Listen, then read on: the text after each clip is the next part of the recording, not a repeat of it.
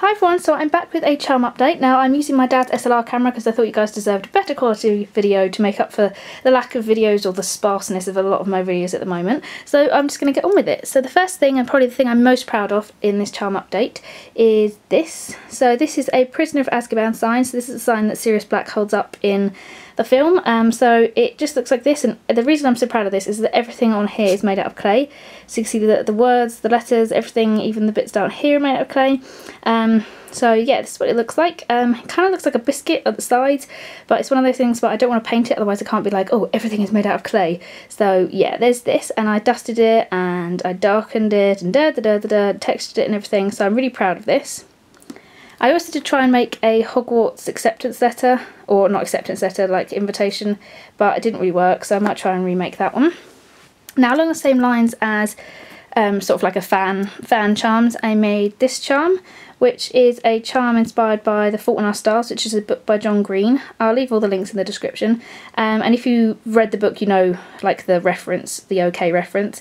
But it just looks like the front cover of the book. And like I said, the reference is in the book, of course. And then I also made these. And now I've seen these done by quite a few people online, but they look like friendship necklaces or charms, or, you know, boyfriend girlfriend things. The lettering is completely different, I need to sort that out, but they're just some simple ones that I really like. And by the way, I'm going to mention charms inspired by people, and I don't have the brain capacity to actually tell you in the video, so I'm going to have it on I put a little annotation on the screen to tell you who they're inspired by. Unless I do not actually know them, like this one, which is this little melon pan, which is inspired by Rainy Bears. So it just looks like this, really cute and simple, but I love it. And I've been using gold findings a lot for certain charms, and I absolutely love it. I do recommend, like, it's a really easy way to spice your charms up, so there's that one. And then I made two little rock charms. I was just doing some basic charms just to get back into it. And they do have blush cheeks, we can't really see it, but there's this sort of angular one, and then this round, like, pebble sort of one. I think they're so cute, and all the faces are made with clay. Next, it's not a charm update without cupcakes, so there's this one. And a lot of people have noticed, because a lot of these are on Instagram, I've done my faces different. They're sort of inwards, and I've glazed some of them. I'm just trying new things to get back into it. So there's this one, and I love the icing on this one. And then I've got some plain ones, which look like this, which don't look alike at all. This one's really midgety, but it doesn't really matter. And then I got some iced ones, actually, should I really say, look like this. And like I said, I have been using gold findings, you can see on some of them. This is, by the way, the new Fimo mint colour, and it's so hard to make into icing. As you can see, it's kind of lumpy, but yeah. So here's two more. And then I've got this one, which is inspired by someone on Instagram, so it's going to be on the screen in an annotation. But I just thought it was such a cute idea. And then I've got this really tiny one, which is not finished, obviously, but yeah, I really love this one. And the mould is by the Etsy shop that I'm putting on the screen now. The base mould, at least. Next, with other pastries, just two random things. So I've got this Deathly Hallows cookie. The icing was meant to be pink, but it kind of died in the oven. I'm not quite sure, like, all the colour seems to have gone to this tip, but it's cute, I don't mind it.